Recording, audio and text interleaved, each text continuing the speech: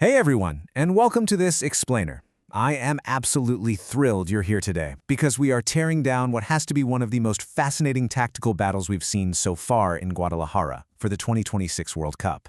We're taking a deep dive into the absolute chess match that unfolded between South Korea and Czechia. If you love getting into the weeds and understanding the why and the how behind the 90 minutes on the pitch, well, you are in the exact right place.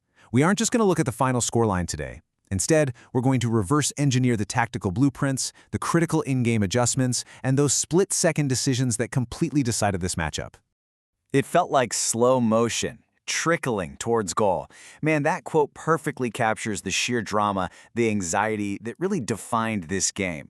You know, when you're watching football, these chaotic, game-defining moments often just look like pure luck or total disaster from the stands. But as we're going to see today, those moments are almost always the direct result of very deliberate tactical systems colliding, and sometimes totally breaking down under the pressure. We're going to unpack exactly how and why these heart-stopping sequences actually materialized. Okay, let's dive into this. Here is our roadmap. We'll set the tactical stage, examine the clash of direct play versus quick transitions, and then head into the absolute battleground of set pieces. After that, we'll analyze some punishing defensive errors before wrapping it all up with our final managerial takeaways. So, first up, setting the tactical stage and looking at the starting blueprints.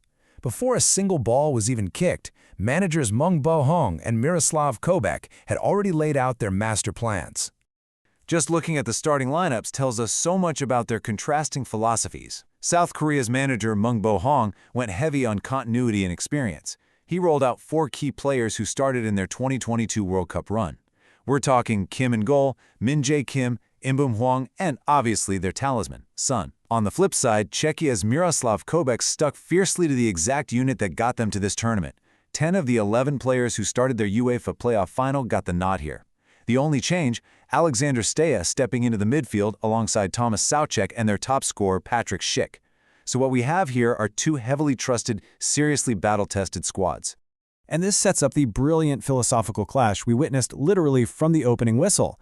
South Korea was built for expansive play and quick transitions. They wanted to open the game up, use the flanks, and move the ball rapidly. Czechia? Completely different story. They set up a totally different trap focused on direct play and nullification. Manager Kobek set his side up explicitly not to be beaten. His main objective was to deeply nullify Korea's threats, force them to defend these long, booming balls, and then capitalize on any dead ball situations they could win in the final third. All right, moving on to direct play versus transitions. Let's see how these clashing styles actually looked on the pitch during the chaotic flow of those 90 minutes.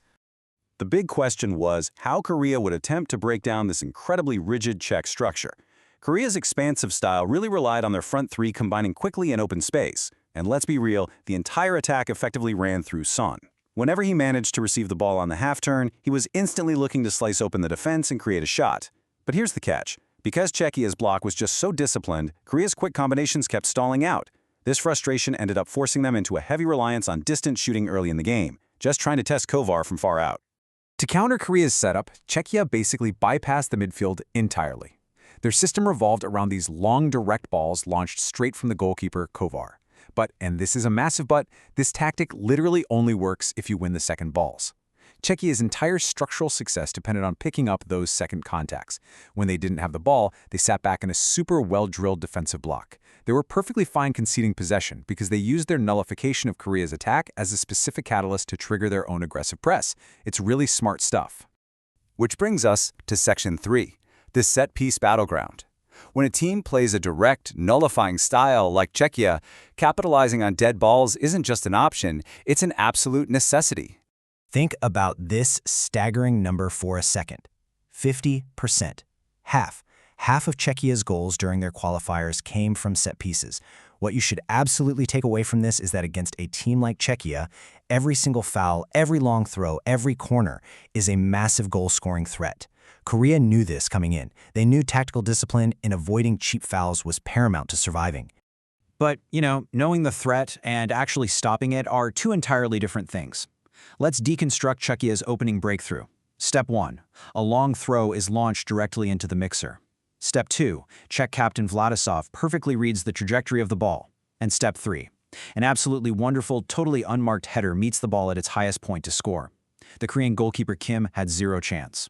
So why did this happen? It was a complete and utter failure in Korea's man-for-man marking. You just cannot give a player like Vladisov that kind of time and space in the penalty area. It's a guaranteed punishment. Let's dig deeper into that. We're moving to punishing defensive errors, looking exactly at where the system broke down. These are the microscopic moments where tactical discipline just evaporates and individual mistakes completely take over the game's momentum. Take a listen to this specific critique from the breakdown. Lazy from Prova there, work a little bit harder. In a game that's this expansive and open, if you don't track back, you are going to get punished. Period. This moment highlighted a massive breakdown in the manager's strict structural instructions.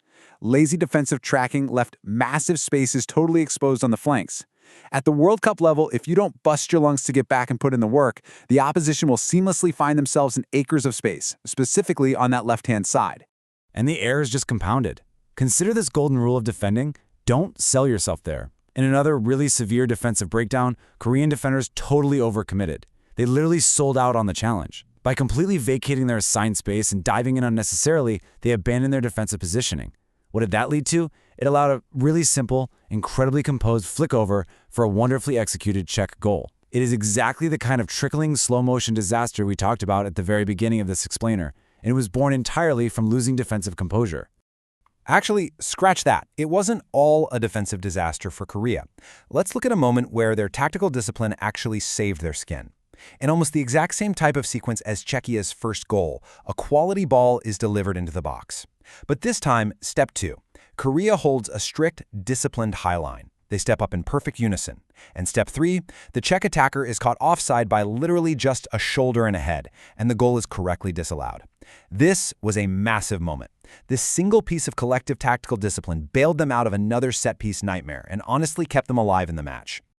Okay, heading into our final section, final managerial takeaways.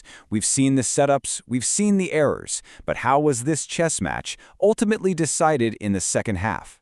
First and foremost, we cannot ignore the absolute foundation of the comeback, the critical heroics of Kim in goal. While the attackers always get the glory, Kim coming across to make massive saves, specifically that incredible denial of Lashik when he had a huge opportunity, was the anchor Korea desperately needed. Without those moments of individual brilliance keeping them in the game, the tactical adjustments we are about to discuss wouldn't have mattered one bit. So how did Korea actually flip the script? It came down to a brilliant managerial adjustment. By going to the bench and bringing on Wang and Oh, Korea fundamentally changed the dynamic on the pitch. Wang was brought in specifically to make these perfectly timed forward runs against tired Czech legs, while Oh provided the composed finishing right in the middle that they'd been missing. This calculated substitution shifted Korea completely away from those desperate distance shots and allowed them to establish lethal, fresh relationships in the final third, right when the game was on the line. Which brings us to the end of our explainer, and I want to leave you with a provocative question based on what we've just uncovered today. In modern football, does tactical discipline matter more than individual brilliance? Think about it.